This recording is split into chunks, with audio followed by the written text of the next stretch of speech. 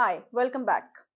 So in the previous video, we have learned about the quantity approach of management and also the quality approaches to management, wherein we learned that how the decision making can be improved by incorporating various of the tools and techniques which are mathematical in nature that helped in logical decision making and predicting better results.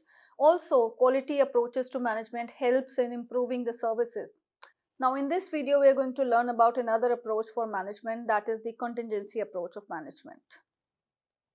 So what we have learned so far with the evolution of management thought, that from the classical perspective or a behavioral perspective or a modern school of thought that focus on the quantitative approaches and the quality approach of management, there were different ways in which we have to understand that they were focusing towards the management and the application of management.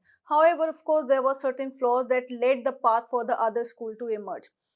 Similarly, if we compare the approaches altogether, the classical approach that was focusing too much on the rationalization and the efficiency, the behavioral school focused on the people side of organization, while the quantitative approach focused on logical decision making.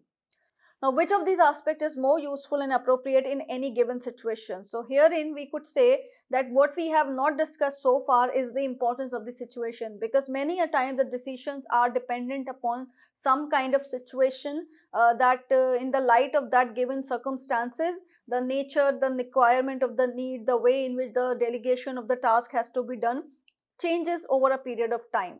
Now, in that sequence, we have to understand that there is a factor called situation that plays a major role, and this is what the main essence of the contingency perspective to management, that it highlights the importance of a situation. The contingency approach integrates the various school of thoughts in a very coherent and integrated manner that helps us to relate with the earlier contribution that were there being in the history of management, and proves as a kind of a outcome of the synthesis of different schools of thoughts and their approaches, that talks about a concept called situation, that in many of the situations the functioning of an organization may differ. So the contingency approach helps us to integrate the earlier contributions that were being made in different phases of the history, and it helps us to create a coherent picture that led to the path of understanding the importance of a situation or a contingent scenario wherein the decision making has to be dependent upon the environmental conditions and the situation. Let us understand what this perspective in detail. So what is contingency approach? Well, Burns and Stoker were the two people who identified two different kind of structures dependent upon the environmental condition, one of which is the organic structure, other one is the mechanistic structure. These two structures differ with each other in terms of the way in which they are designed for a particular organization. So Tom Burns and George Stocker were the first to identify two divergent systems of management practice. So we already have understood from the system perspective that an organization is a composition of various subsystems, and this viewpoint of system somewhere doesn't guide us to the element of the environmental condition, because we get an idea of the system, but whether this system is suitable for all kind of situations or whether because of the environmental conditions the systems also have to be changed. So this understanding came from the kind of contribution that came from the perspective of a organic and a mechanistic structure of organization. If we compare these two structures, the organic system is that kind of system which is more flexible in nature, where the tasks are loosely defined. We could say the hierarchy in this kind of organization is more flat in nature, because people can communicate through cross-cultural hierarchies, um, because people could communicate with each other through cross functional hierarchies. There are less of the boss and subordinate relationship. People work more like empowered teams together, and these kind of organization structures are more suitable for dynamic environment, where the environmental conditions are not very stable, or we could say that they are more volatile in nature. So organic systems are those kind of systems which are flexible in nature. These kind of structures are very much suitable for unstable environment, or where the environmental conditions are volatile in nature. We could say that the task in these kinds of structures are loosely defined, and also the nature of the hierarchy in these kinds of structures is flat. So organic systems are less rigid and more flexible in nature. They are easier to get adapt to the environmental conditions, and because of the reason that they are suitable for volatile nature of environmental conditions, these systems promote creativity because people can easily communicate with each other without getting into the fuss of the boundaries. Now, organic systems are those kinds of systems which are more suitable for the environmental conditions which are volatile in nature. So, we can say that organic systems are more suitable for the dynamic environment wherein the environmental conditions are constantly changing or unprecedented. We could say we cannot predict the scenario in which the situation or the context of an organization can change. They are so dynamic in nature. In such kind of structures, the tasks are loosely defined and the communication resembles consultation rather than order giving. It is because of the reason that they are more flat in structure. They work through the cross functional hierarchies, and there are no typical rigid channels of communication, unlike the mechanistic system. The organic systems are those kind of systems which are characterized by less of the formalization, standardization and specialization, while they more focus on creativity and flexibility in their approach. They are easy to adapt in a dynamic environment, and that is why organic systems are more relevant in the contemporary times, because herein people are connected with each other as empowered teams and they work as equal partners instead of working as a boss and subordinate. So organic systems, we could say, are such kind of systems which are flexible and easily adaptable to the environmental conditions. While if we look at the mechanistic systems, now the mechanistic systems are more suitable for the environment which is stable in nature. So we could say that these kinds of systems are more suitable when the environmental conditions are not very unpredictable and they are stable in nature. They work in a simple environment where the activities are of routine nature. So standardization and specialization are some of the characteristics of mechanistic systems, wherein there are well defined rules and regulations. We could also understand mechanistic system in a perspective of prescriptive nature of activities, wherein there are already defined tasks and obligations of the people in an organization. They work through a well defined chain of command and the hierarchies are very rigid. So we could see reflections of bureaucratic systems through the mechanistic structures, wherein the environment is more stable in nature. So these are two kind of systems that helps us to give an idea that when the environmental conditions are different, the structure of an organization and the design of an organization also has to be changed, and this depends upon the contingency of the scenario. So the situation demands the design of an organization structure also to improvise dependent upon the situation in which the organization is. So the system view of the organization helps us to get an idea the interrelated nature of the different components that work together in the process of transformation, while the understanding of the environmental conditions and dependent upon the situation, the structure and design of an organization also need to change. So the contingencies theories examined whether some organization design fits in different organizational conditions. So the contingency theorist examined whether some kind of designs are suitable for the environmental conditions, or the environmental conditions demand different kind of organizational designs that fits best to the environmental suitability. Some of the popular variables to understand at what this contingency perspective from an organization view is all about. Well, there are some of the popular variables that helps us to get an idea of the situational perspective of organization design, one of which is the organizational factors. So in every organization, there are various factors which are different from each other. No two organizations are similar in nature. Irrespective of the fact whether they are the rivals or competitors, even then, two organizations are not similar in nature because of various factors. Some of the organizational factors are the size of the organization. Let us say if the organization size is large and its comparison to the medium size organization, or we could say a small size organization, so the number of people will also decide that how the structure of an organization should be. We could say if there are more number of people, it is very difficult to have a kind of a organic structure wherein people work with each other without hierarchies. So if there are a large number of people in an organization, it has to have a structure with a defined levels of hierarchies that will help the flow of activity in an organization in an organized manner. So size of the organization is important. Nature of the operations are also very important, that what kind of activities are being taken up by an organization, or what kind of products and services an organization is engaged into. If the organization is more consultative in nature, for example, it requires more of organic structure because the nature of the activity demands so. The need of the organization has to be more open in nature, and it cannot work through rigid hierarchies or certain kind of barriers, such as blockages in name of the chain of command and different kind of delegation of responsibilities.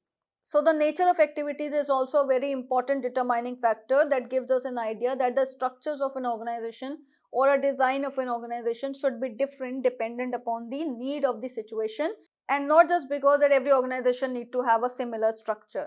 So it is dependent upon various organizational factors as well, that what is the size of the organization, what is the nature of activities. So another factor is the routineness of the task technology. Now it depends upon the level of adoption of a technology in the task delivery in an organization. So how much organization has adopted the techniques and technology in their routine nature of operations, that is also one of the factors that decides that whether the structure can be organic or whether the structure need to be more hierarchical in nature. So the how much the role of technology is there in the routine activities of an organization, how much organization has automated their actions and activities, how much organizations have automated their various activities in an organization, how much people use technology in terms of implementing and executing their functions. So all these are some of the various situations in which we have to understand that which of the structure design is most suitable dependent upon so these factors in which an organization has to survive. Another factor is environmental uncertainty. Of course, we get an idea that there are two kind of environments, which is one of which we could say is stable, where there is less of the changes happening in a organizational environment. There are less of the fluctuations, different kind of factors that affects the environmental conditions. It could be the political conditions, the social conditions, economic conditions, technological factors are there in an organizational environment. So all of these kinds of factors, if they are stable in nature, if there is not too much of fluctuation, we could say that it is a stable environment. And when there is a high level of uncertainty in an environment, we could say that the environment is more dynamic in nature. And when the environment is more unpredictable, the organization has to design itself in a manner in which it is easy for the organization to adapt. So if the organization is more rigid and it is focusing too much on the formalization, it will be very difficult for organizations to transform and adapt into the changing situations and conditions, which in any way is not a very practical situation that we could say that the environment is stable. There are situations which are changing, and it is with the passage of time we could see a lot of uncertainty that could be sensed into the environmental situation, and the organizations have to adopt a kind of philosophy in which they can adapt easily. So that flexibility is very much required in a dynamic environment where the uncertainty is too high. When the uncertainty level is less, we could say the organizations can adopt a more prescriptive form of work mode, and the organizations can have a little bit of a rigidity in terms of their functions and functionality. While in an uncertain environment, an organization has to be more dynamic in nature, which can be easy to adapt to the changing scenarios and circumstances. And of course, there are individual differences. Another factor that is very impactful when we try to understand the importance of the situation. Individual differences can be in terms of the organizational philosophy of the founders, the people who are working in an organization, how they look towards the flow of activities, what is their attitude towards delegation of responsibilities, how much centralization of authority and decentralization of authority they would like to practice. So the individual differences are also a very important predicating factor that helps us to get an idea that how an organization the chain of command has to be practiced. The rigidity in the level of the flow of information in an organization is also a depiction of the philosophy of the people in an organization.